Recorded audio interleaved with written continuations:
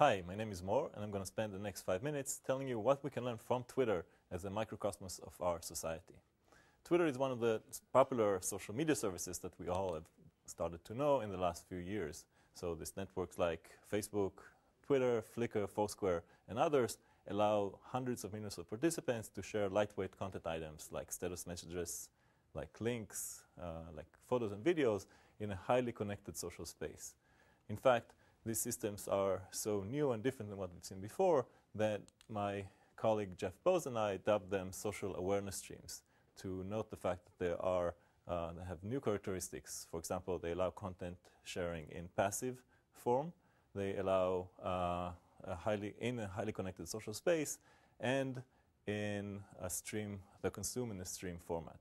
So what we have here is content that's shared passively. No one specifically is addressed. Nobody is specifically guaranteed to see any one piece of content. So in that sense, it's different than email. It's different than a telephone and a post than anything we had before. And moreover, this content is available in a lot of those networks like Twitter for us to examine and look at scientifically. These networks are also interesting, or these systems are also interesting because they are built on social networks. The articulated list of contacts build huge social networks that we can study and reason about and look at. And here's an example of a Twitter screen. So this is the screen of the Twitter user Ayman, also known as @Ayman on Twitter. And you can see on the screen a list of posts that they have made or forwarded, retweeted from other users, as well as their list of followers and followees. So the people that follow Ayman and on the Twitter network and the people that Ayman follows on the Twitter network are listed on the top right. So one question that we can ask is, what can the network of Twitter, this articulated set of contacts, can tell us about the world? And in particular, what is the sociology that exists behind Twitter? How we can understand various phenomena using this network. And in particular, sociologists have been looking for a long time at the phenomena of tie creation and tie breaks. And we're going to look at the Twitter network for tie breaks and try to explain them and ask the question, what are the properties of the network that we can see that can help us predict ties that will break? Here's one example. For one user, you see the user in the middle and all their ties. This is all the network, the people that they were following and following them. And those people marked in blue are people that stopped following our user in the middle after a period of 9 months. And our question again is whether there's a trend or structure that can help us predict who those people might be.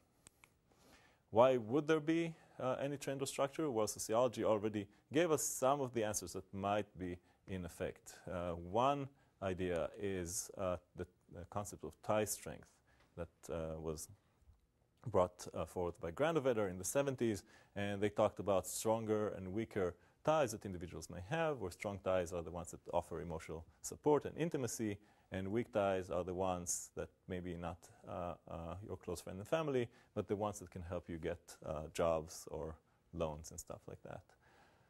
So obviously, we can predict that stronger ties might lead to lower likelihood of breaking the tie.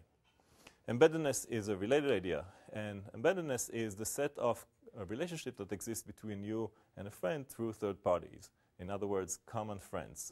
So the number of common friends, the more common friends we have, the more our relationship is embedded, perhaps, and the less likely of our tie is to break. And finally, sociology has suggested that power and status also have something to do with breaking of ties. So for one example, if somebody is higher status, ties to that person are less likely to break over time. And indeed, when we went to the Twitter data, we found representations for all these different concepts and theories using the information that we can get from the network on Twitter. And in our study, I'm not going to go into the details here, we found that indeed all these theories are in play when we can examine tie breaks on Twitter over time. So Twitter can tell us something about our sociology. What else can Twitter tell us about the world? One thing that we've seen already is relationships. But we can also learn from Twitter about various other social dynamics. We can learn about language, people express themselves. We can learn about culture and society. We can learn about our interests and activities that people express daily and in huge volume over time. And we can also learn about perhaps of physical spaces and geographies. And to just give you a little example of the latter, here is a slide that shows you the differences in volume, Twitter volume alone, between New York City and Washington, D.C. So I'm not going to tell you which is which in a second. Let me just explain. So what you see for both cities is the volume of activity from 8 p.m. till 8 p.m. over 24 hours, averaged all over all the weekdays in our data set.